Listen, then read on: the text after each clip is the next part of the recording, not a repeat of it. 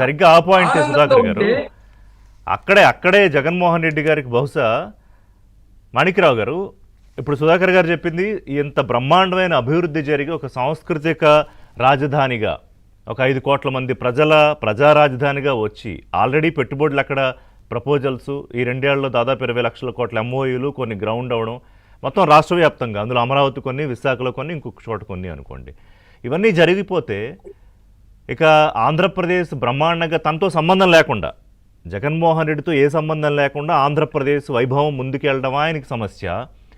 ఏమిటి సమస్య? ఇవాళ ఈ మావిగన్ అనే దాన్ని కొండ బద్దలు కొట్టినట్టు, నిన్నగాక మొన్న బొత్స ఏమన్నారు, మావిగన్ అనేది మేము సూచన చేసాం, దానికే మీరు దాడులు చేసేస్తారా అన్నారు కదా, జస్ట్ నిన్నగాక మొన్నే. మరి ఇవాళ ఆయన ఏం చెప్పాడు జగన్మోహన్ రెడ్డి, ఇది మా పార్టీ స్టాండ్, మేము మేనిఫెస్టోలో పెడతాం, ఎన్నికలకు దీనికే వెళతాం, దీనికి ఓకే అన్నవాడు మాకు ఓటేయండి, లేదు అన్నవాడు అమరావతి అన్నవాడు చంద్రబాబుకు ఓటేయండి అని తేల్చి పడేశాడు కదా. ఎలా చూడాలి? నమస్కారం అండి రిషి గారు. మీకు ప్యానల్లో ఉన్న పెద్దలకి, వీక్షకులందరికీ వినపడుతుందండి? Yes yes. ఇప్పుడు మా సుధాకర్ గారు ఒక కోణంలో, అట్లాగే వాసిరెడ్డి పద్మ గారు ఒక కోణంలో చెప్పారు. రాజధాని అనేది ఏ ఒక్కరికి సంబంధించినటువంటి అంశం కాదు, ఏ ఒక్క రాజకీయ పార్టీకి సంబంధించినటువంటి అంశం కూడా కాదు. ఇది రాజ్యాంగపరమైనటువంటి అంశం. రాజ్యాంగం ఆ రాష్ట్ర ప్రజలకు ఇచ్చినటువంటి గొప్ప అవకాశం. రాజ్యాంగపరమైనటువంటి వ్యవస్థలన్నీ, ఆ వ్యవస్థల ద్వారా వచ్చేటువంటి అన్ని అవకాశాలు, ఆ వ్యవస్థల ద్వారా వచ్చేటువంటి అభివృద్ధి మొత్తం ఆ రాష్ట్ర ప్రజలకి చెందే విధంగా రాజ్యాంగం ప్రసాదించినటువంటి అంశం రాజధాని అంశం. మన రాష్ట్రం అనేక గాయాల పాలైంది. శ్రీనివాసరావు గారు కూడా చాలా విషయాలు చెప్తారు. అనేక గాయాల పాలైంది. భారతదేశానికి స్వాతంత్రం వచ్చినప్పటి నుంచి గాయాల పాలై, మొదట మద్రాసులో నుంచి రావడానికి ఒక పెద్ద గాయం, పెద్ద పోరాటాలు.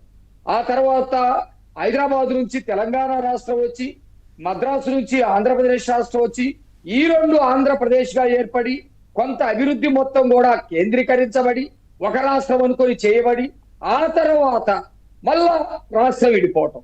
ఇన్ని గాయాలు తట్టుకొని చివరికి శాశ్వతమైనటువంటి అవకాశం ఈరోజు ఆంధ్రప్రదేశ్ కి రాజధానిగా అమరావతి వచ్చింది. చంద్రబాబు నాయుడు గారు ఉన్నప్పుడు రాజధానిగా అమరావతిని ప్రకటించిన తర్వాత మళ్ళీ జగన్మోహన్ రెడ్డికి ప్రజలు అవకాశం కల్పించారు కదా, దాన్ని ముందుకు తీసుకెళ్ళాలి. మరి జగన్మోహన్ రెడ్డికి ప్రజలు అవకాశం కల్పించారు కాబట్టి నేను ఇప్పుడు అమరావతి అనటం లేదు, లేకపోతే ఒకటే రాజధాని అనటం లేదని మళ్ళీ చంద్రబాబు నాయుడు గారు ఏమైనా మాట్లాడారా? ఒక రాజకీయ నాయకుడికి, ఇందాక మీరు మాట్లాడిన దాంట్లో నుంచి, ఒక రాజకీయ నాయకుడికి ఒక సిద్ధాంతం ఉండాలి.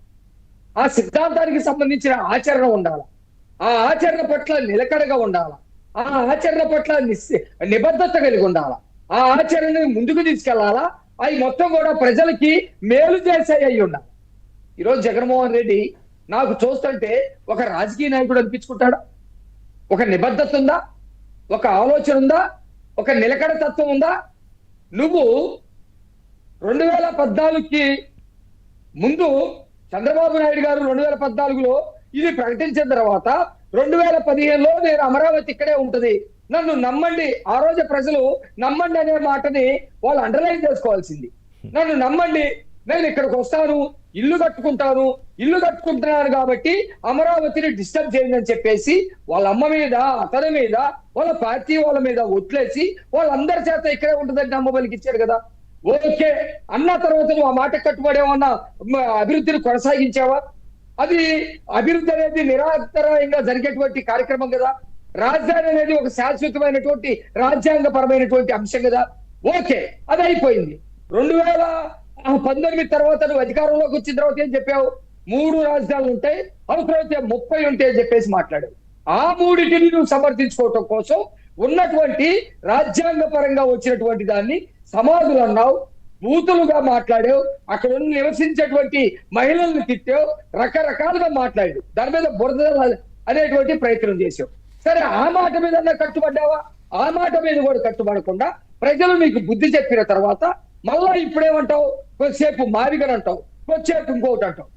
నేనేమంటానంటే, జగన్ రెడ్డి లాంటి వాళ్ళు రాజకీయాల్లో కూడా వైట్ షర్ట్ వేసుకొని బ్రహ్మాండంగా ముఖ్యమంత్రి చేసినటువంటి వాళ్ళు కూడా సైకో క్రిమినల్స్ మెంటల్ గాళ్ళు ఎవరన్నా ఉంటారా అని చెప్పేసి అనిపిస్తా ఉంది. ఒక మతంతో దాన్ని ఆపలేం, సైకో అంతటితో ఆపలేం. సైకో అంటే విధ్వంసం చేసాడు ఆగిపోవాలి. మెంటల్ గాళ్ళు లేదు, మెంటల్ వాళ్ళు ఎట్లా ఉంటారు, ఆ రైల్వే స్టేషన్ లో ఈ జుట్టు పెంచుకొని పిచ్చోళ్ళలాగా ఒకళ్ళ మీద ఎగబడతామో ఒకళ్ళని కొడతామో, లేకపోతే కొంతమంది అయితే మనుషులు బాగానే ఉండి అవతల మీద రాళ్ళ దాడులు చేయటమో, లేకపోతే సైలెంట్ గా ఉండని చెప్పుండి దగ్గరకు వచ్చి మీద పడి కరవటమో, ఇలాంటి మెంటల్ గాళ్ళందరం చూసాం. కానీ ఇతను ముఖ్యమంత్రిగా చేసి కూడా కానీ ఒక రాజకీయ పార్టీ ముసుగేసుకొని కూడా మానసికంగా అనారోగ్యంగా ఉన్న వాళ్ళని కూడా మనం ఇందులోకి తీసుకురాకూడదు మాణిక్యరావు గారు, ఎందుకంటే అది పాపం వాళ్ళకి ఒక డిజేబిలిటీ.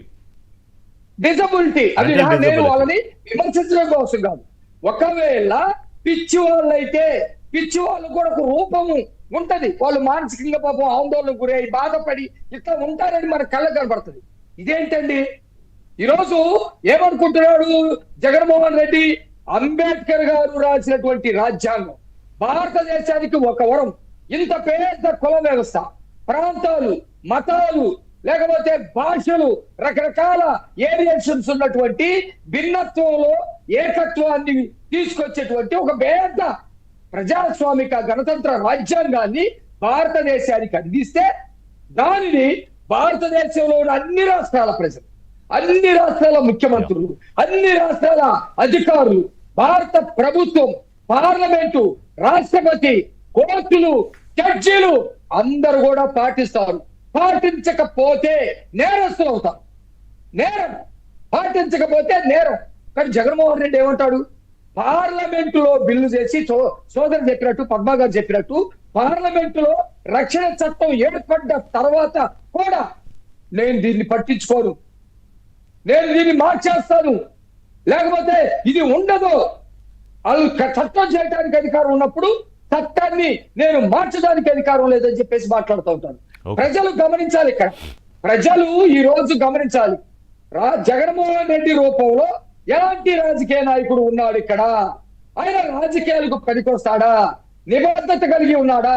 మాట మీద నిలబడే తత్వంతో ఉన్నాడా? ఒక్క మాట చెప్పి ముగిస్తానండి. వీటన్నిటి వెనక జగన్మోహన్ రెడ్డికి కేవలం ఒక సైకోనో, ఒక మెంటలనో, లేకపోతే ఒక నేరస్తుడనో అనలేదు. వీటన్నిటి వెనక కుట్ర ఉంది. అతను నమ్ముకున్న రాజకీయ సిద్ధాంతం ఏమిటంటే, జనరల్ గా రాజకీయ సిద్ధాంతాలు ప్రజల కోసం మాట్లాడతాం, ప్రజలకి మద్దతుగా ఉండటం. కుట్ర కోణం ఏంటో మాట్లాడదాం. ఇప్పుడు అసలు ఏం జరిగిందో మాట్లాడుకున్నాం, కుట్ర కోణం మాట్లాడదాం. అలాగే చిన్న బ్రేక్ తర్వాత చల్సాని గారి అనాలిసిస్ తీసుకుంటా. అంటే రాజకీయాల రాజధాని అంటే ఇది ఒక పార్టీకి సంబంధించిందో లేకపోతే ఒక మనిషి ఈగోకి సంబంధించిందో అంశమా? ప్రజలకు సంబంధించిన రాజధాని అంటే? Short break.